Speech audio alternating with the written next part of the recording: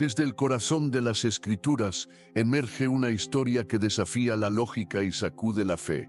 No es solo el relato de un hombre y una criatura marina, es una epopeya sobre la obstinación humana y la infinita misericordia divina. Imagina un profeta, un mensajero de lo sagrado, que recibe la orden más desafiante de su vida, llevar la palabra de su Dios a sus enemigos más odiados. Pero este profeta, lejos de obedecer, decide huir, creyendo que puede escapar de la mismísima presencia del Todopoderoso. Prepárense para una travesía llena de tormentas, criaturas marinas colosales, ciudades de pecado y una lección que se niega a ser olvidada. Esta es la historia de un hombre que al intentar eludir su destino, se vio arrastrado a un viaje que lo confrontaría con sus propios prejuicios, con la ilimitada compasión divina y con el costo de la desobediencia. Una aventura que te dejará cuestionando los límites del perdón y la verdadera naturaleza de la justicia. Bajo el sol que se alzaba sobre las colinas de Gat-Hefer, un pequeño enclave en la tierra de Israel, una voz inconfundible se manifestó en la conciencia de Jonás, hijo de Amitai. Hasta ese momento, Jonás había sido un profeta acostumbrado a entregar mensajes de restauración y prosperidad para su propio pueblo, palabras que habían sido bien recibidas, pues resonaban con las esperanzas de Israel. Su voz, en ese contexto, era la de un portador de buenas noticias para su gente. Pero esta vez la instrucción era diferente. Era una orden que confrontaba directamente su identidad y su visión del mundo. La voz del Eterno pronunció un nombre, Nínive. La mención de Nínive, la capital del imperio asirio, evocó en la mente de Jonás la imagen de una potencia colosal y una amenaza para Israel. Los asirios eran conocidos por su agresividad militar y su expansión, métodos que generaban temor y aversión entre las naciones circundantes. Para Jonás y su pueblo, representaban la personificación del enemigo. El mandato fue claro: levántate, ve a Nínive, aquella gran ciudad, y pregona contra ella, porque su maldad ha subido hasta mí. Jonás permaneció en silencio asimilando la orden. La maldad de Nínive era innegable. Era un hecho que su comportamiento había alcanzado los oídos divinos. Jonás no cuestionaba la justicia de un juicio sobre Nínive. De hecho, probablemente consideraba que era merecido. Sin embargo, había un elemento en esta misión que lo perturbaba profundamente, algo que iba más allá del peligro de ir a una ciudad hostil. Jonás conocía el carácter de su Dios. Sabía que el Eterno era misericordioso y clemente, lento para la ira y grande en bondad. La implicación de pregonar un mensaje de juicio a Nínive era la posibilidad de que, si se arrepentían, el Eterno pudiera extenderles su perdón. Esta perspectiva era inaceptable para Jonás. La idea de que el Dios de Israel pudiera perdonar a los asirios, a los futuros opresores de su propio pueblo, le resultaba ofensiva. Para él era una contradicción con su visión de la justicia y una afrenta a la identidad de Israel como pueblo escogido. La compasión divina, tal como se manifestaba en este mandato, superaba sus límites de comprensión y aceptación. En consecuencia, en lugar de emprender el viaje hacia el este, hacia Nínive, Jonás se levantó y se dirigió hacia el oeste. Su destino era un puerto distante, un lugar donde creía poder escapar de la presencia del Eterno y de una misión que percibía como una traición a sus convicciones. Esta huida lo llevaría a un viaje no solo geográfico, sino también a una profunda confrontación espiritual. Si la inesperada resistencia de un profeta te ha intrigado, hay mucho más por descubrir en esta historia. Suscríbete a Enigmas Bíblicos y de Fe, y activa la campanita para no perderte ningún capítulo de este viaje fascinante y las verdades que revelará.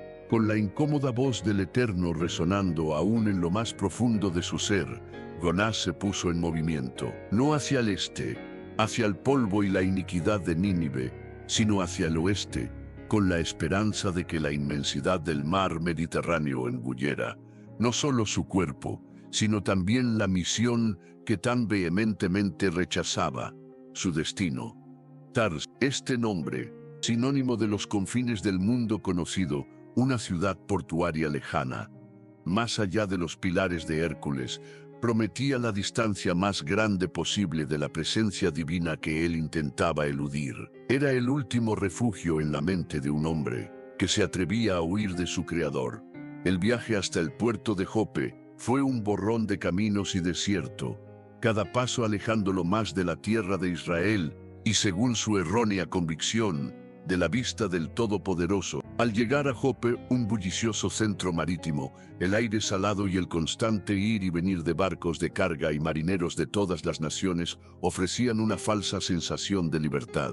Allí, entre el ajetreo y el clamor de los muelles, Jonás encontró una nave que milagrosamente se dirigía precisamente a Tarsis. La providencia que él intentaba evadir parecía tejer sus hilos, incluso en su acto de desobediencia, dándole una ruta de escape. Pagó su pasaje, un precio por su rebeldía, y descendió a las entrañas del barco, buscando un rincón donde esconderse, donde el mar y la distancia pudieran borrar el eco de la voz divina.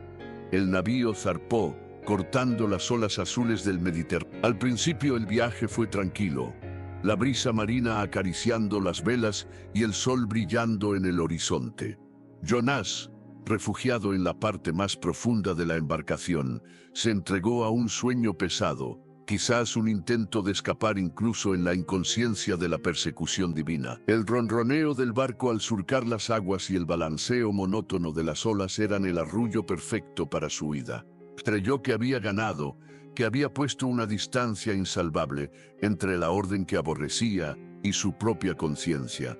Pero la calma era solo un engaño. De repente, sin previo aviso, el cielo comenzó a oscurecerse. Nubes amenazantes se amontonaron en el horizonte, no como una tormenta de verano pasajera, sino como un presagio. El viento, que antes había sido una suave caricia, se transformó en un vendaval furioso, azotando las velas y haciendo crujir la madera del barco con sonidos que anunciaban peligro. Las olas, antes amigables, se alzaron como montañas embavecidas, rompiendo contra el casco con una fuerza brutal, arrojando el navío de un lado a otro como un juguete en manos de un gigante.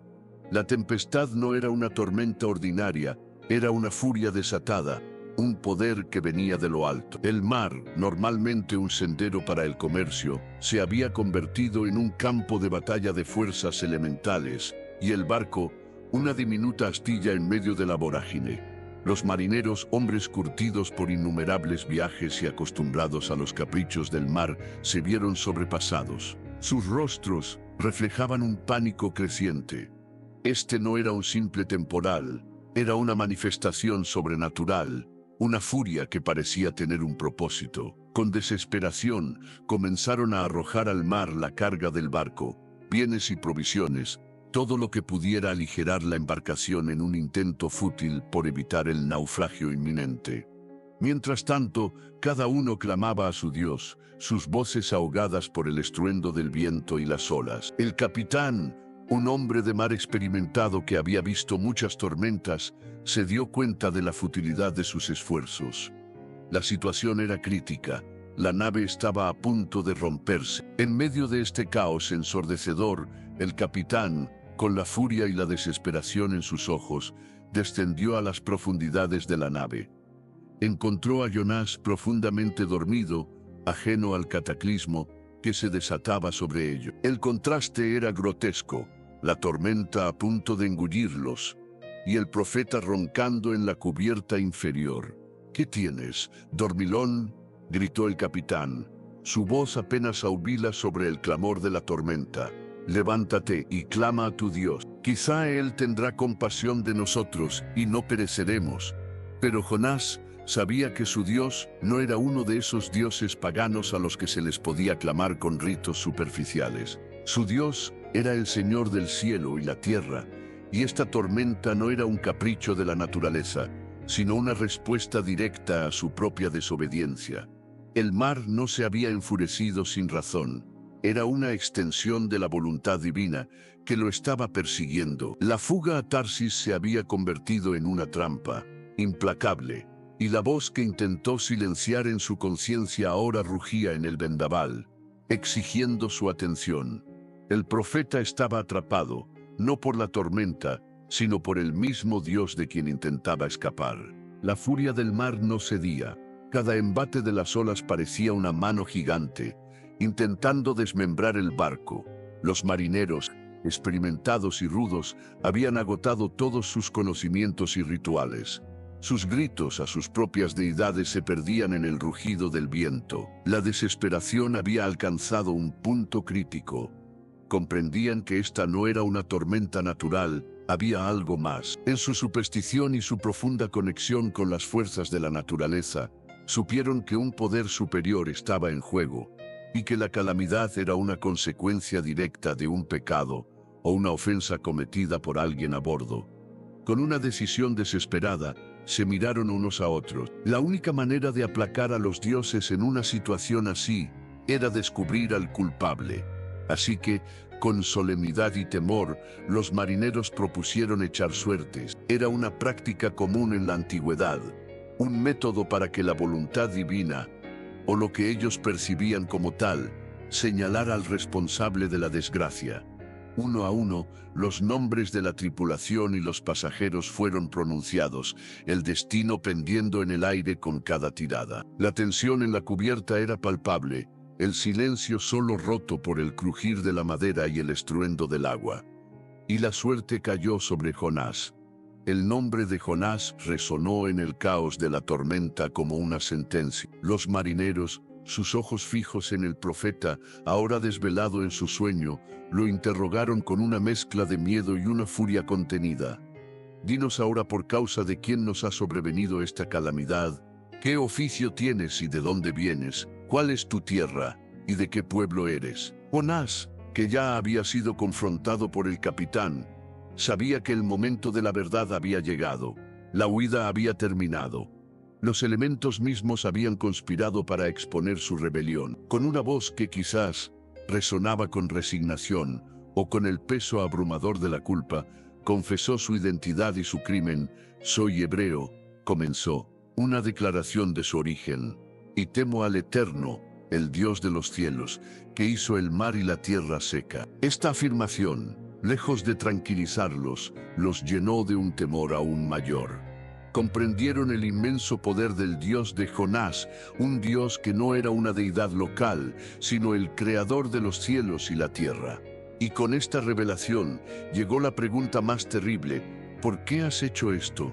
Los marineros sabían que Jonás huía, porque él mismo se lo había dicho previamente, quizás en una conversación casual antes de la tormenta o al embarcar. Ahora la verdad se confirmaba de la manera más dramática posible. La revelación de la desobediencia de Jonás no aplacó el mar. Al contrario, la furia de la tormenta pareció intensificarse. Las olas se volvieron aún más gigantescas. La madera del barco gimió como si fuera a romperse en cualquier momento. La vida de todos a bordo estaba en peligro inminente y la causa era singular. La huida de un profeta de su Dios, con la vida pendiendo de un hilo. Los marineros, ahora aterrorizados por el Dios de Jonás y por la furia incontrolable del mar, le preguntaron al profeta: «¿Qué haremos contigo para que el mar se nos calme?» Jonás, con la certeza de quien comprende la voluntad divina incluso en su propia rebeldía, les dio la única respuesta posible. Él sabía que su desobediencia era la causa y que solo un acto radical podría aplacar al Creador. Les instruyó: «Tomadme y echadme al mar, y el mar se os calmará, porque yo sé que por mi causa ha venido esta gran tempestad sobre vosotros». Era una confesión final, una admisión de que él era el responsable de la muerte inminente que todos enfrentaban. Los marineros, a pesar de su terror, dudaron. Eran hombres del mar curtidos por la vida, pero no estaban dispuestos a lanzar a un hombre por la borda sin más. Intentaron con desesperación remar con más fuerza para acercarse a tierra, un último intento humano por escapar del juicio divino que caía sobre ellos. Pero sus esfuerzos fueron inútiles. El mar se enfurecía aún más contra ellos. No había escape. La voluntad del Dios de Jonás era inquebrantable. La furia del océano no conocía límites. Las olas, antes majestuosas y ahora monstruosas, se alzaban y caían con una fuerza atronadora. amenazando con partir el barco en 1000 pedazos. Los marineros, hombres de diversas tierras y creencias, se encontraban atrapados entre el terror de la inminente muerte y la difícil decisión de obedecer al profeta que había desvelado la causa de su tormento. Habían remado con todas sus fuerzas, intentando desesperadamente alcanzar la seguridad de la costa, pero el mar se había enfurecido aún más contra ellos, como una bestia marina exigiendo su presa. No había escapatoria. El viento aullaba una condena, y la madera del navío gemía bajo la presión. En un acto final de reverencia y desesperación, los marineros se reunieron. Sus ojos se posaron en Jonás, cuya figura, ahora resignada, parecía aceptar su destino. No lo lanzaron sin más. Antes de ejecutar la terrible orden, elevaron una oración al Dios de Jonás, un Dios que hasta ese momento les era ajeno, pero cuyo poder habían presenciado de forma irrefutable. Te rogamos, oh Eterno, que no perezcamos por la vida de este hombre, ni nos imputes sangre inocente, porque tú, oh Eterno, has hecho como has querido. Fue una súplica de perdón, una admisión de que no tenían otra opción, una súplica para que no se les considerara responsables de la muerte del profeta. La situación era clara, o él, o todos ellos.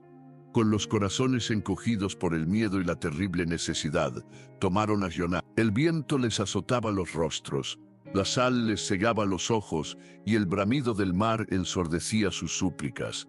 Sin más demora, y en medio del fragor de la tormenta, lo arrojaron por la borda. La figura del profeta se precipitó en las aguas oscuras y agitadas, desapareciendo al instante bajo el torbellino de olas espumosas.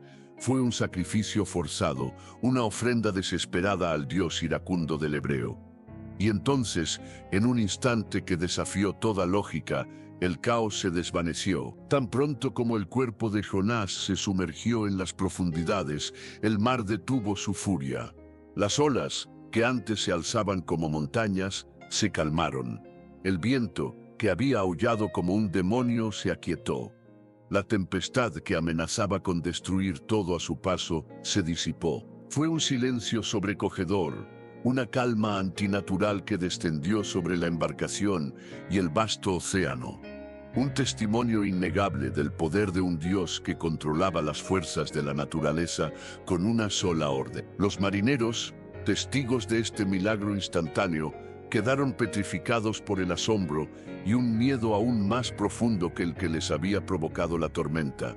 Si antes habían temido a la tormenta, ahora temían al Dios que la había desatado y luego calmado con un solo gesto. Comprendieron que este no era un Dios más de sus panteones, sino el Señor de la creación, el que tenía poder sobre la vida y la muerte, sobre el mar y la tierra. Su reacción no fue de alegría por el escape, sino de un reverente pavor. Ofrecieron sacrificios al Eterno y le hicieron votos, sellando un pacto silencioso con el Dios que había demostrado su poder.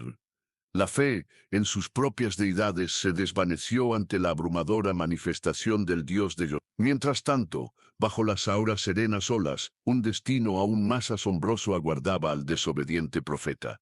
El Eterno, en su soberana voluntad, había preparado un instrumento para su propósito. No fue el fin de Jonás en las profundidades heladas, sino el inicio de una prueba aún más inverosímil.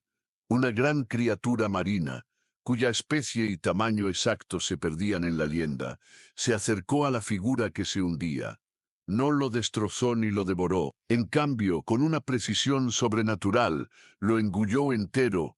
Jonás se encontró, no en el frío abrazo de la muerte en el fondo del mar, sino en la oscuridad húmeda y sofocante del vientre de la bestia. Su huida había terminado, y su cárcel se había convertido en un milagro viviente, una tumba subacuática, donde la desesperación se encontraría con una inesperada oportunidad. El vientre de la criatura marina no era el fin, sino una prisión viviente. Jonás se encontró sumido en una oscuridad impenetrable, una oscuridad húmeda y opresiva, el aire denso y la temperatura extrañamente cálida. No era el frío cortante del océano profundo, ni el abrazo helado de la muerte. Era la cavidad visceral de una bestia colosal, un lugar de tormento y confinamiento. Pero milagrosamente, aún un lugar de vida. 3 días y 3 noches se extenderían en esta prisión orgánica, un tiempo que se dilataría en una eternidad de angustia y reflexión. En esos momentos de absoluta desesperación, Jonás no encontró consuelo en el silencio. El recuerdo de su rebelión, de su huida cobarde, se le vino encima como una losa. Había intentado escapar de la presencia del Eterno, y ahora se encontraba en el lugar más inverosímil, un vientre de pez, bajo las mismas olas que el Creador había calmado. La ironía era brutal. Había anhelado la lejanía de Dios, y ahora estaba a su merced en la más íntima de las prisiones. Desde las profundidades de su angustia, Jonás elevó su voz en una oración. No fue una súplica serena, sino un clamor desgarrado desde el abismo de su desesperación. Recordó al Eterno, su Dios, y derramó su corazón en palabras que resonaron en la oscuridad de su prisión.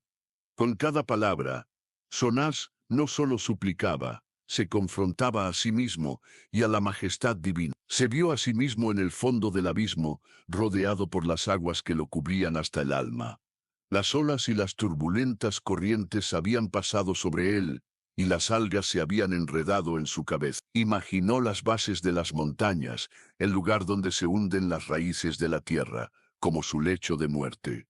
Sintió la tierra cerrarse sobre él para siempre, con sus cerrojos irrompibles. Era la imagen de la muerte inminente, de la separación total de la luz y la vida. Pero en medio de esta desesperación abrumadora, Jonás recordó la misericordia del Eterno.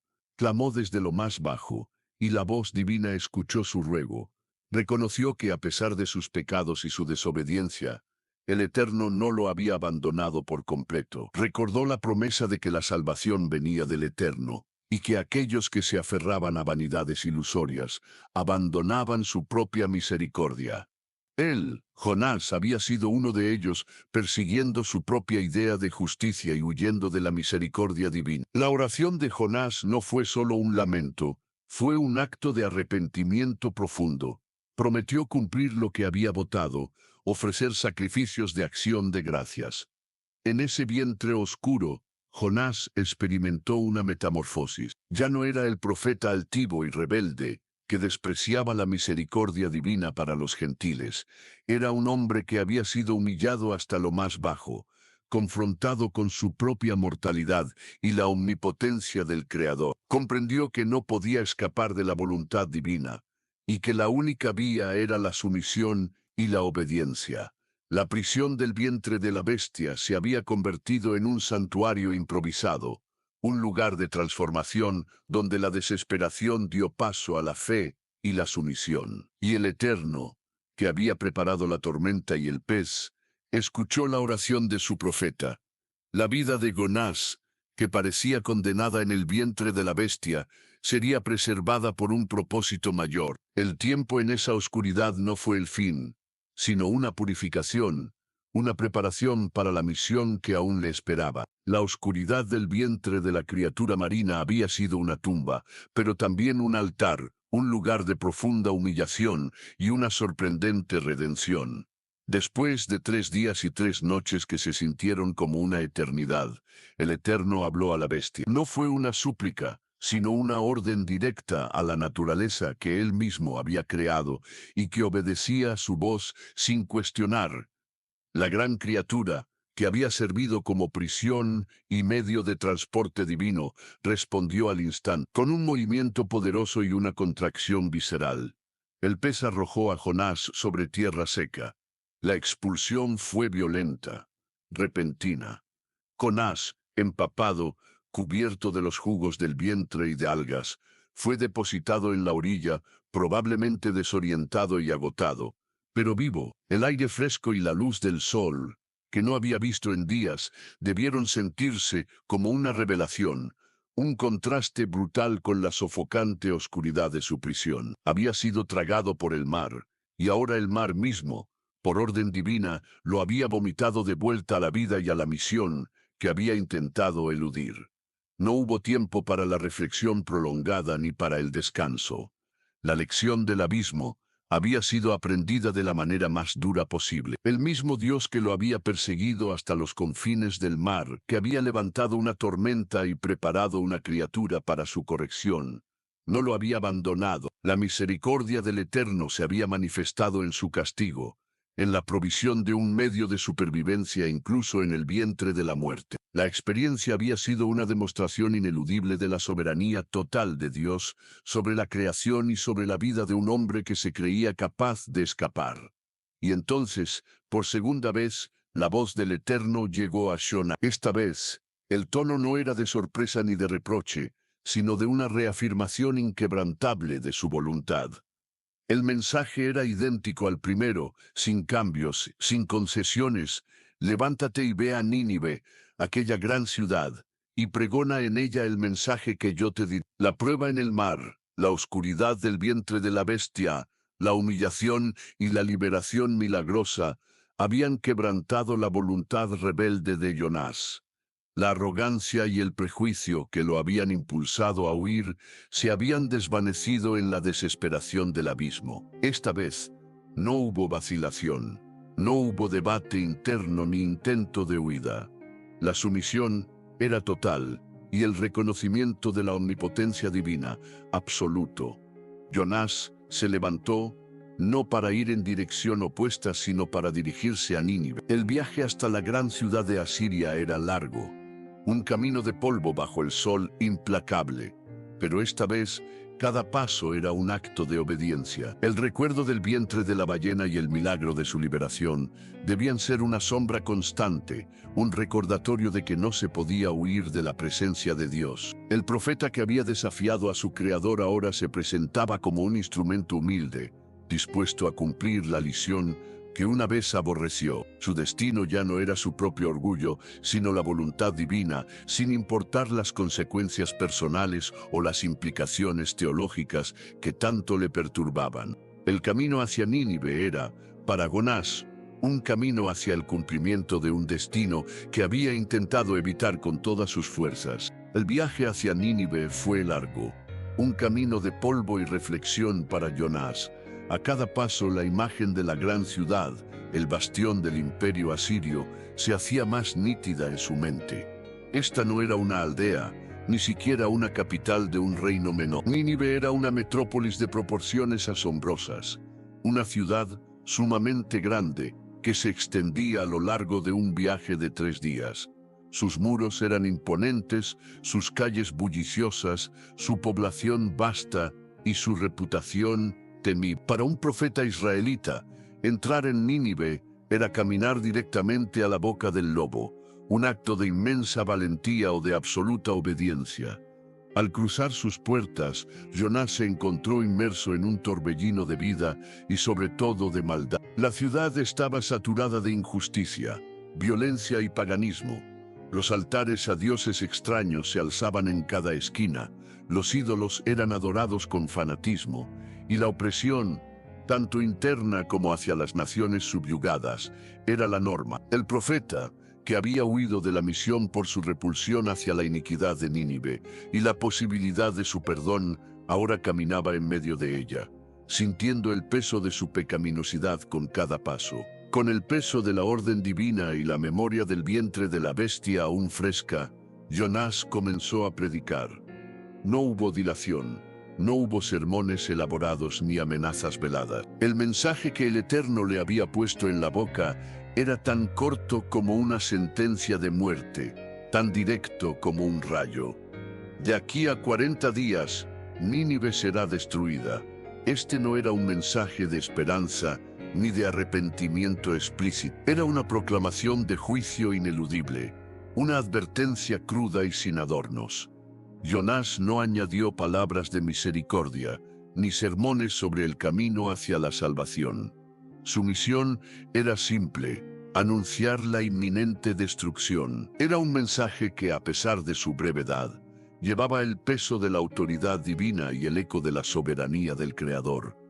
Jonás, el profeta que había luchado contra la misericordia divina, ahora era el heraldo de una condena que en su corazón Sentía que Nínive merecía. Sin embargo, lo que sucedió a continuación fue tan inesperado como el viaje de Jonás en el vientre de la criatura marina. Contra toda lógica, contra la reputación de crueldad y la arrogancia de un imperio mundial, la gente de Nínive, desde el más humilde hasta el más poderoso, creyó la palabra del profeta.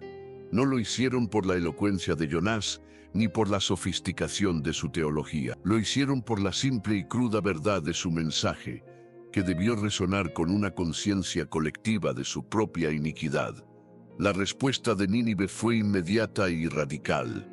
El pueblo de Nínive proclamó un ayuno y se vistieron de cilicio, desde el mayor hasta el menor. La noticia de la predicación de Jonás llegó a los oídos del rey de Nínive.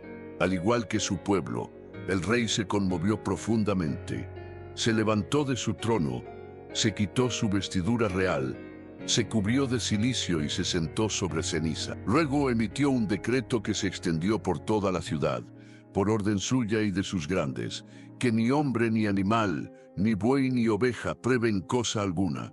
No se apacienten, ni beban agua, y cúbranse de cilicio hombres y animales, y clamen a Dios fuertemente, y vuélvase cada uno de su mal camino, y de la violencia que hay en sus manos.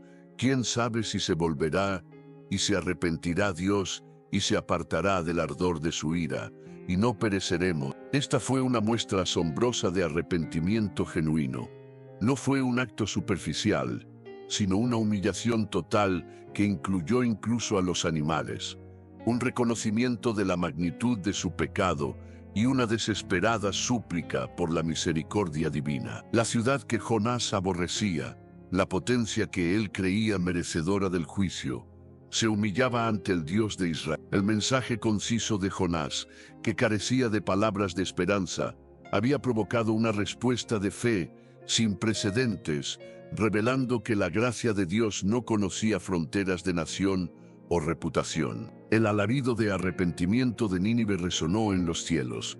El rey, su corte y la vasta población, desde el más encumbrado hasta el más humilde, se habían cubierto de cilicio y se habían humillado en un ayuno total, clamando al Dios de Jonás. Su ruego no fue en vano. El Eterno, cuya misericordia se extiende a todos los rincones de la creación, observó sus obras, vio cómo se apartaban de su mal camino y de la violencia que había manchado sus manos.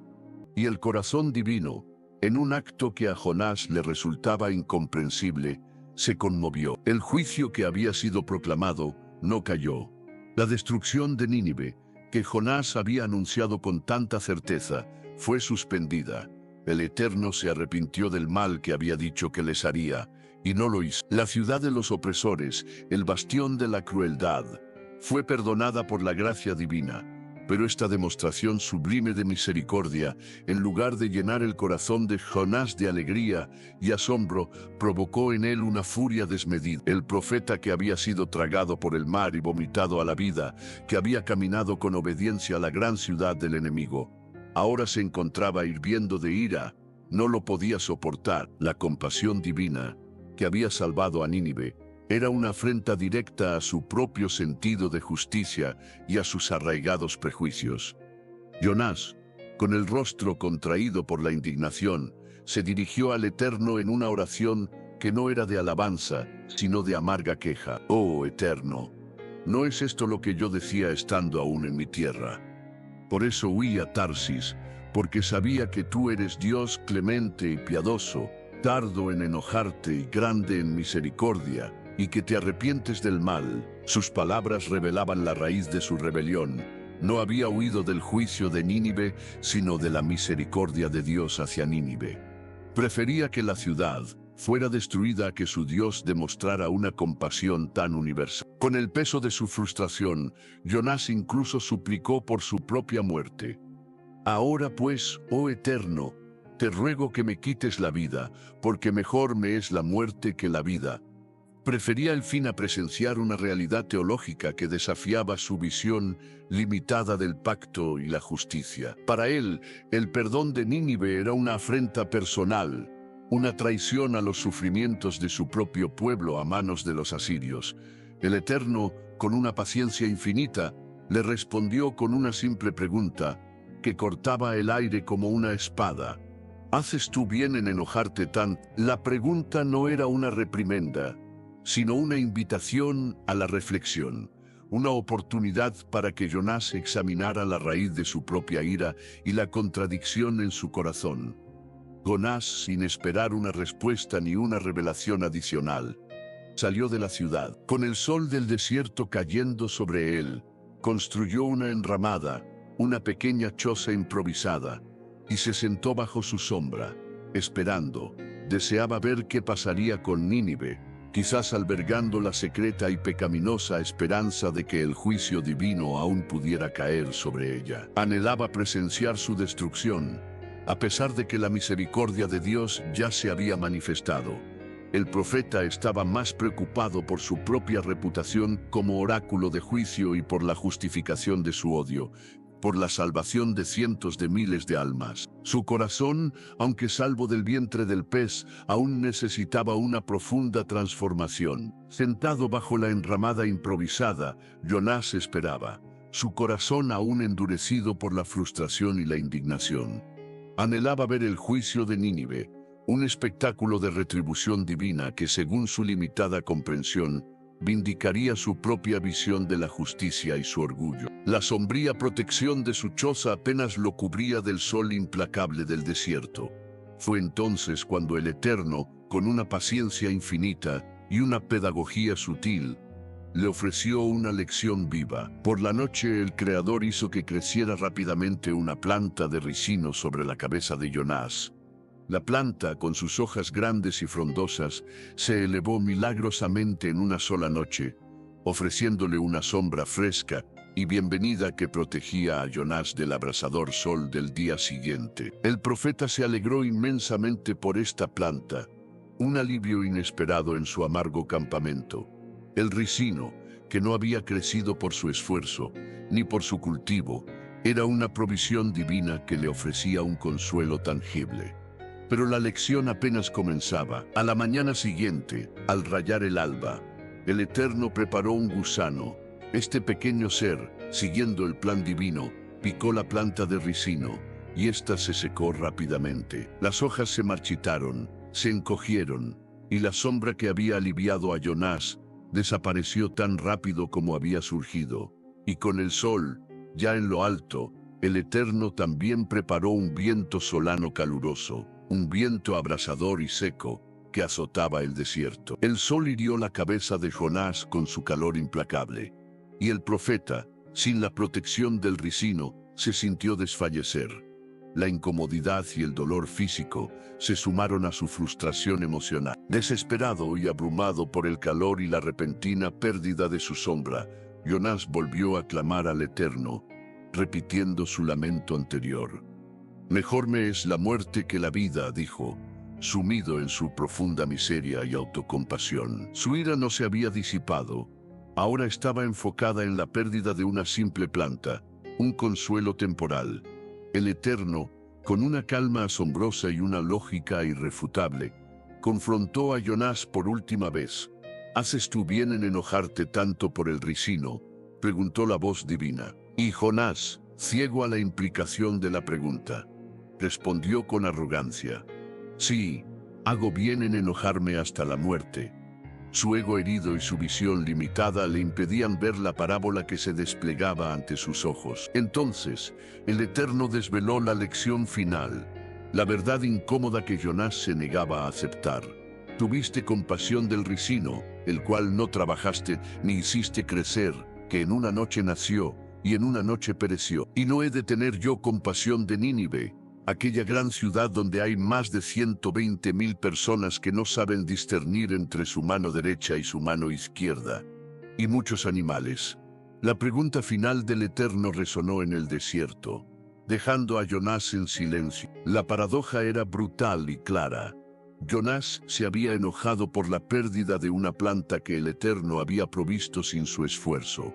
Una planta que tenía un valor temporal y meramente físico. Sin embargo, no sentía compasión por cientos de miles de seres humanos, criaturas hechas a imagen y semejanza divina, que vivían en ignorancia y pecado, pero que habían respondido al llamado al arrepentimiento. La lección era un golpe directo a su parcialidad, a su egoísmo y a su falta de misericordia. La historia de Jonás, que culmina con la pregunta retórica del Eterno, no ofrece un cierre narrativo convencional donde el profeta tiene una epifanía explícita o una transformación completa. En su lugar, nos deja con el eco de una interrogante divina que resuena a través de los siglos, invitándonos a cada uno a confrontar nuestra propia visión de la justicia y la misericordia. Esta ausencia de una resolución final para Jonás es, en sí misma, una poderosa lección. Sugiere que el propósito del relato no era la perfección del profeta, sino la revelación del carácter ilimitado de Dios. Jonás fue un hombre de profundas contradicciones, un profeta que desobedeció, un patriota que aborreció la compasión, un hombre de fe que deseó la muerte por celos. Su experiencia en el vientre de la criatura marina fue una humillación total, un acto de disciplina divina que lo llevó al arrepentimiento genuino, pero su transformación no fue instantánea ni completa. La parábola del ricino y la lección final del Eterno expusieron la persistencia de sus prejuicios y su dificultad para alinear su corazón con la compasión universal de Dios. El valor principal de la historia de Jonás no reside en la impecabilidad del profeta, sino en la majestad de la misericordia divina. El Eterno se revela como un Dios que trasciende las fronteras nacionales y los prejuicios humanos. Su compasión no está limitada a un pueblo escogido, sino que se extiende a toda la creación, incluso a aquellos que a ojos humanos parecen los más indignos o los más grandes enemigos. La salvación de Nínive, la gran ciudad pagana, no ocurrió por los méritos de sus habitantes, sino por la soberana decisión de un Dios que se deleita en perdonar cuando hay arrepentimiento, sin importar cuán breve o superficial parezca la predicación del mensajero. La historia también subraya la soberanía total del Eterno sobre la naturaleza. El viento, la tormenta, la criatura marina y el gusano, todos obedecen a lo divina sin dudarlo. El control de Dios sobre el cosmos es absoluto, y Él lo utiliza para cumplir sus propósitos, ya sea para disciplinar a un profeta rebelde o para llevar a una ciudad al arrepentimiento. El drama de Jonás es un recordatorio de que nadie puede escapar de la presencia o de la voluntad del Creador. Además, el relato es un cuestionamiento directo a la estrechez de miras del creyente. Jonás quería que la justicia se aplicara estrictamente a los demás, pero que la misericordia fuera exclusiva para los suyos. Esta lección resuena en cada época, invitando a la introspección. ¿Estamos nosotros, como Jonás, más preocupados por nuestra propia comodidad o por la justificación de nuestros prejuicios que por la salvación y el bienestar de aquellos que consideramos diferentes o enemigos? El libro de Jonás nos confronta con la inmensidad del corazón de Dios, que es mucho más grande y más compasivo que cualquier limitación que podamos imponerle. El legado de Jonás se extiende mucho más allá de su tiempo. Su historia fue recordada y citada por el Mesías mismo como una señal, la de los 3 días y 3 noches en el vientre del pez, prefigurando su propia muerte y resurrección. Este paralelismo elevó la narrativa de Jonás a un nivel profético aún mayor, confirmando su importancia en el plan divino de redención. Así, Jonás, el profeta renuente, se convirtió en un símbolo involuntario de la mayor esperanza para la humanidad, la victoria sobre la muerte y la extensión de la misericordia divina a todo aquel que se arrepiente. Si esta inmersión profunda en la épica y sorprendente historia de Jonás ha capturado tu corazón y ha ampliado tu visión de la misericordia divina, te invitamos a suscribirte a Enigmas Bíblicos y de Fe y a activar la campanita para no perderte nuestras próximas investigaciones sobre las fascinantes verdades de la palabra de Dios y sus misterios.